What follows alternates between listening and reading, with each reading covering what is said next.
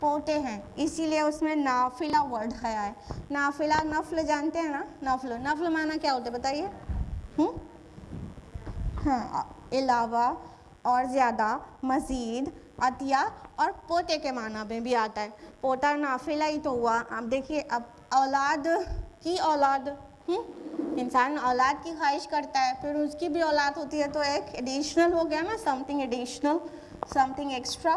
ہاں، تو جو سم تھنگ ایکسٹرا والا کانسیپٹ ہے وہ نفل سے ہی نافلہ بنا ہے. تو یعقوب علیہ السلام کو نافلہ کہا گیا.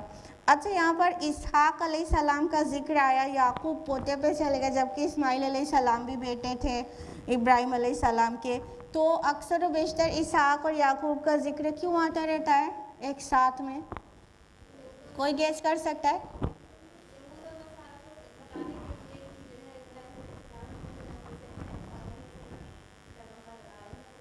جی بالکل، بہت اچھا، ماشاء اللہ. اللہ تعالیٰ آپ کے علم اور فہم میں اضافہ کرے. دیکھیے، قرآن کے جو ایڈریسز ہیں وہ مشرکین مکہ کے علاوہ یہود و نصارہ ہیں. ہاں، تو یہود اور نصارہ جس روش پہ نکل گئے ہیں ان کو بار بار یاد دلایا جاتا ہے کہ تمہارے بھی جد امجد ابراہیم ہیں، اور جس پیغمبر کو تم ماننے سے انکار کر رہے ہو وہ بھی ابراہیم کی ہی نسل سے ہیں. تو اسحاق علیہ السلام اور یعقوب علیہ السلام کی نسل سے تو بہت لمبا چلا نا نبوت کا سلسلہ، ٹھیک ہے، اور عیسیٰ علیہ السلام پر پہنچا. اور وہ اسماعیل علیہ السلام سے منقطع ہو گیا تھا نبوت کا سلسلہ، یہاں تک کہ کنٹینیو ہوا کب؟ آپ صلی اللہ علیہ وسلم کی بعثت پر. ٹھیک ہے، تو جہاں پر نبوت کے سلسلے کی بات ہو اور جہاں پر یہود اور نصارہ کو تفہیم اور افہام کرنے کا مقصد ہو، وہاں پر اسحاق کے بعد یعقوب نام آیا کرتا ہے قرآن میں اکثر. تو یہاں پر اللہ تعالیٰ فرما رہے ہیں کہ ہم نے تو تم کو اسحاق بھی عطا کیا اور یعقوب مزید عطا کیا، اور ان سب کو ہم نے صالح بنایا. جیسا کہ ہم نے ابھی لائٹ سے مینشن کیا تھا کہ بائبل میں، یعنی تورات جو اولڈ ٹیسٹمنٹ ہے بائبل کا، اس میں انبیاء علیہ السلام کی شان میں ایسی ایسی گستاخی کی گئی ہے، ایسی ایسی گستاخی کی گئی ہے کہ پوچھئے مت. تو اللہ تعالیٰ اپنے نبیوں کا ذکر قرآن میں کرتا ہے تو ان کے نام جو کلنک لگایا گیا تھا اس کو صاف کرتا ہے. کہا وَكُلًّا جَعَلْنَا صَالِحِينَ، ان سب کو ہم نے صالح بنایا تھا. وہ نیک صالح تھے، وہ کسی بھی گندگی میں انوالو نہیں ہوئے تھے. جیسا کہ تورات نے ان کے شان کے خلاف بہت ساری چیزیں لکھ دی ہیں جو کہ ہیومن ہینڈی ورک ہے. اللہ تعالیٰ نے تورات میں تھوڑی انہی نبیوں کی شان کے خلاف باتیں کہیں اور قرآن میں ان کی امیج کو کلیئر کیا. نہیں، وہ تو ہسٹورینز نے لکھی ہوئی ہیں. قرآن سے میچ کر کے دیکھ لیں کہ کتنی چیز مطابقت رکھتی ہے اور کتنی چیز جو کانٹراڈکٹ کرتی ہے. تو جو چیزیں ایک دم خلاف ہیں وہ سمجھ میں آ جاتی ہے ہیومن ہینڈی ورک ہی ہو سکتا ہے اور کچھ نہیں ہو سکتا. تو اللہ تعالیٰ نے اپنے انبیاء کا ذکر قرآن مجید میں کئی جگہوں پر اس انداز میں کیا ہے کہ ان کی امیج کو بھی کلیئر کرتے چلے ہیں کہ وہ صالح تھے، وہ گناہگار نہیں تھے، ان کے اندر عیب نہیں تھے، اور انہوں نے اللہ کی نافرمانی نہیں کی. جس چیز کی طرف بلا رہے اس چیز پر انہوں نے خود بھی عمل کیا. ایسے ابراہیم علیہ السلام کو اتنی گندی سی بات ہے کہ اپنی سگی بھتیجی سے نکاح کر لیا، حد ہو گئی. تو اس طرح تورات میں اگر انسان پڑھے گا تو انبیاء کی جو پاک امیج ہونی چاہیے وہ اچھا خاصا ڈسٹرب ہو جائے گی. یہ تو چھوٹی بات ہے، اس سے بڑی گندی گندی بات نبیوں کے لیے لکھی ہوئی ہے. تو اس لیے قرآن حکیم بار بار نبیوں کے جو بالکل پاک سیرت تھی اس کی پاکی کا جسٹیفیکیشن دیا ہے قرآن نے. نہیں، وہ صالح لوگ تھے، وہ سب کے سب اللہ تعالیٰ نے ان کو صالح بنایا تھا اور وہ گناہگار یا خامیوں سے پر نہیں تھے. تو یہ تھا آج تک کا درس، آیت نمبر 72 تک ہم لوگ آیت نمبر 73 سے نیکسٹ ویک جانیں گے کیونکہ وقت پورا ہو گیا ہے۔ اللہ تعالیٰ سے دعا ہے کہ اللہ تعالیٰ ہم سبھی کو قرآن مجید کا فہم نصیب کرے، ایسا فہم جو ہماری زندگیاں سنوار دے، الٹیمیٹلی ہماری آخرت سنور جائے۔ ہم قرآن پڑھا کریں تو سمجھ کر پڑھا کریں اور سمجھیں اسی لیے کہ ہم اس پر عمل کر سکیں۔ اللہ تعالیٰ توفیق دے، آمین۔ وآخر دعوانا الحمدللہ رب العالمین، والسلام علیکم ورحمۃ اللہ وبرکاتہ۔